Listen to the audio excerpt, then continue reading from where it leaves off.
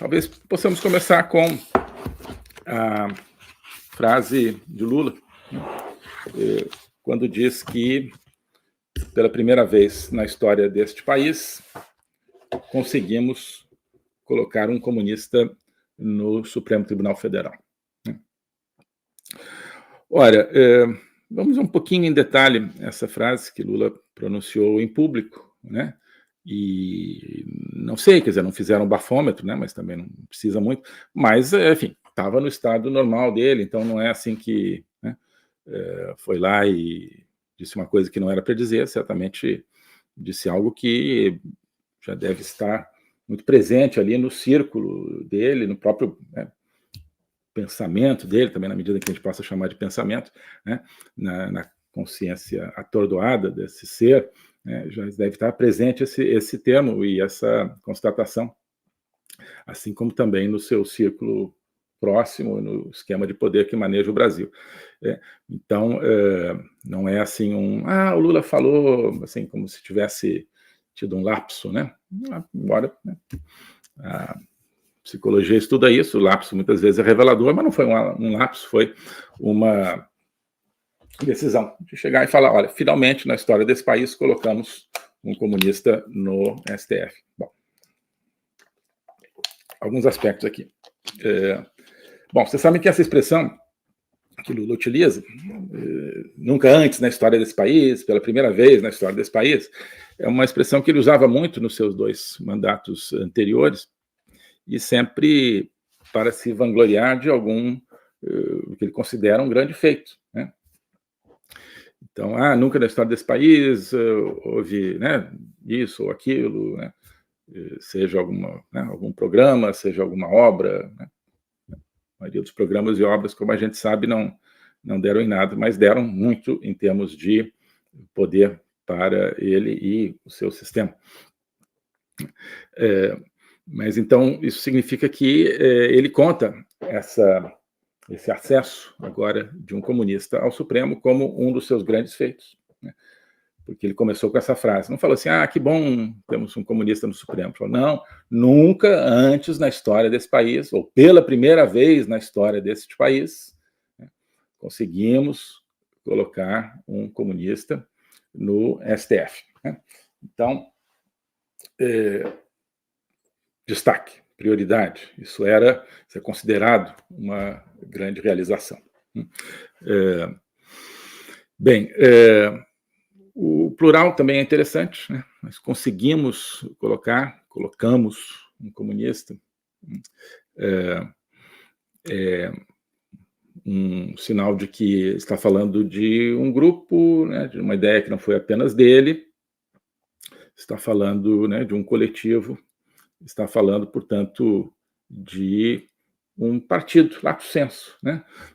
Não apenas o PT, mas esse, né, grande partido que domina o Brasil, que tem elementos aí que são do PT, inclusive, o próprio Lula, mas tem elementos que são tecnicamente de outros partidos, tem elementos que não são de partido nenhum, mas que formam o que eu chamo o Politburo brasileiro, né? O Politburo, o órgão máximo do Partido Comunista Soviético, o órgão máximo do Partido Comunista Chinês, qualquer país com um partido único comunista tem essa estrutura.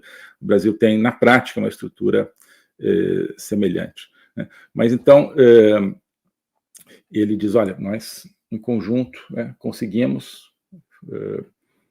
Isso é o resultado, portanto, de uma estratégia, de uma ação.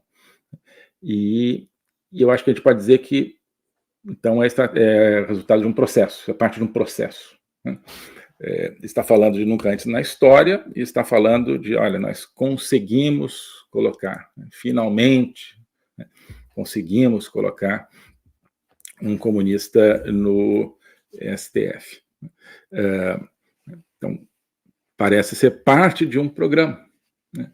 Parece ser parte de um programa.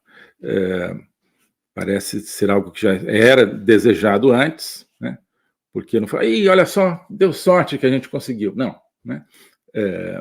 Não é que caiu do céu, é algo que foi construído por essa turma, né? Essa presença de um comunista lá dentro, isso, né, provavelmente, portanto, significa que já havia toda uma articulação política, toda uma articulação política que, no caso do Brasil, significa, né, muitas vezes, dinheiro mudando de mãos, né, significa, né, apoios concretos e numerários mudando de mãos ao longo do país, né.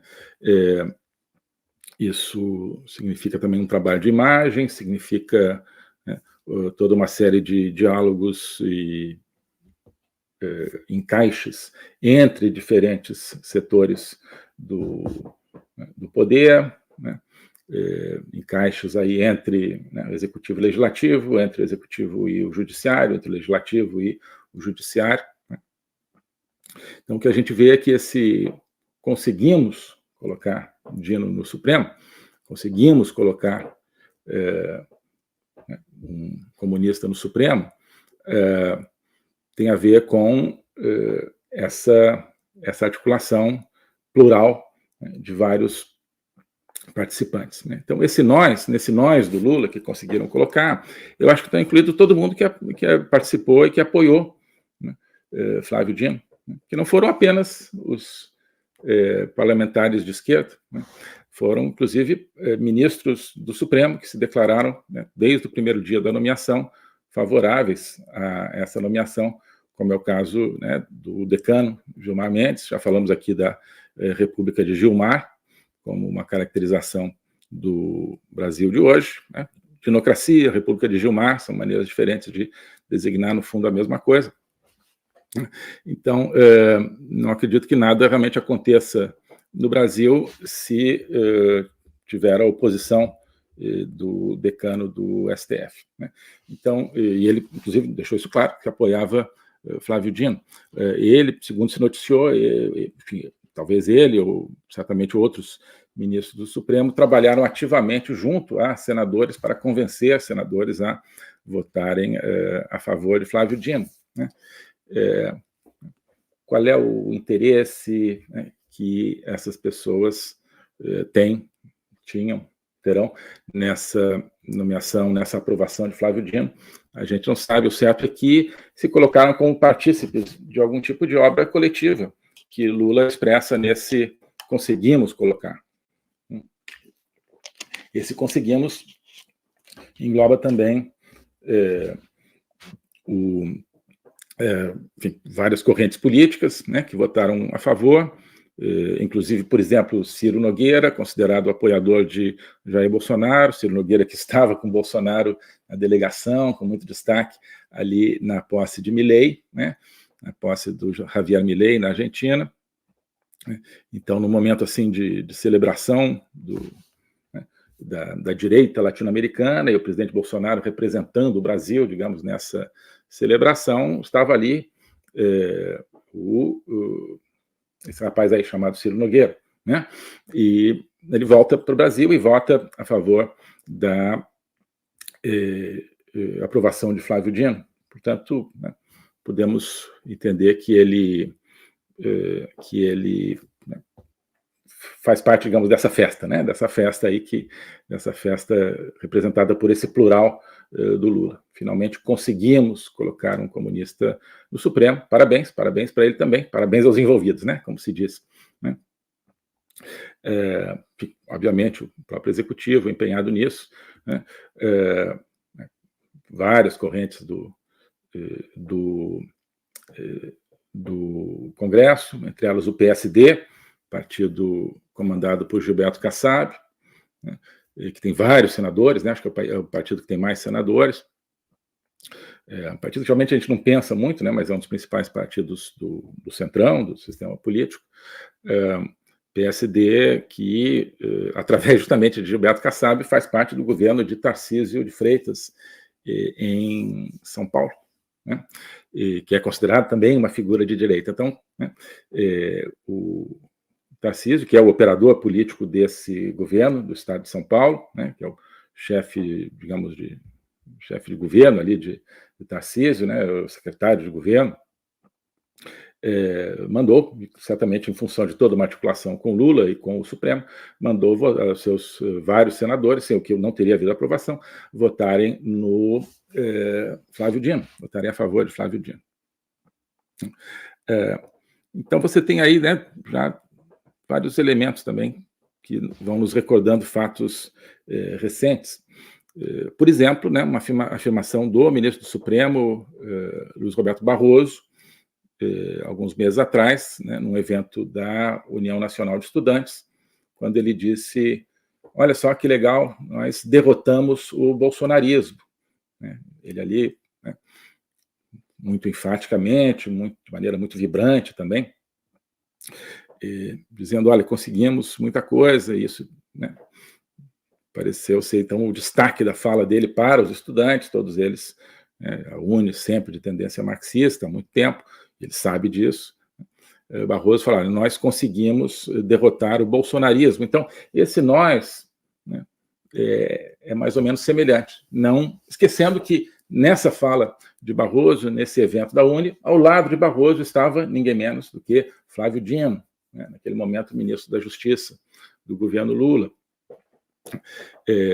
Então, a gente vê quem é o nós, quem é esse nós que está ali. Claro, o próprio Flávio Dino faz parte desse nós, com a sua atuação para, aparentemente, né, não sei se destruir ou não, mas né, para não fornecer, né, com a desculpa que seja, os vídeos do 8 de janeiro, filmados no Ministério da Justiça, por exemplo, né, ao vir tendo uma atuação inteiramente voltada para a perseguição a pessoas de direita no Brasil, né?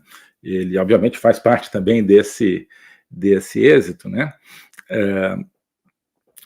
E quando a gente fala, então, dessas outras figuras, você vê, então,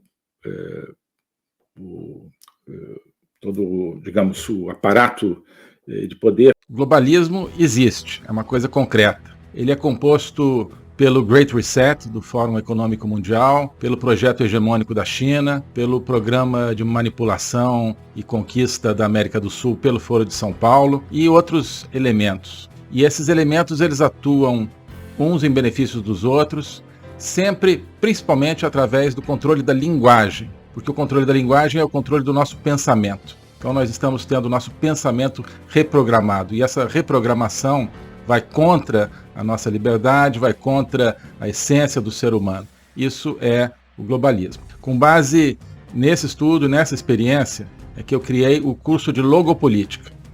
Toda semana eu dou aulas sobre geopolítica, literatura, filosofia, cultura de um modo geral, tudo isso em conjunto formando um espaço de conhecimento que eu denomino a logopolítica, para nós não apenas entendermos a ameaça do globalismo, mas podermos nos contrapor a ela. Se você quiser entrar nesse projeto de conhecer o globalismo e enfrentar o globalismo, clique aqui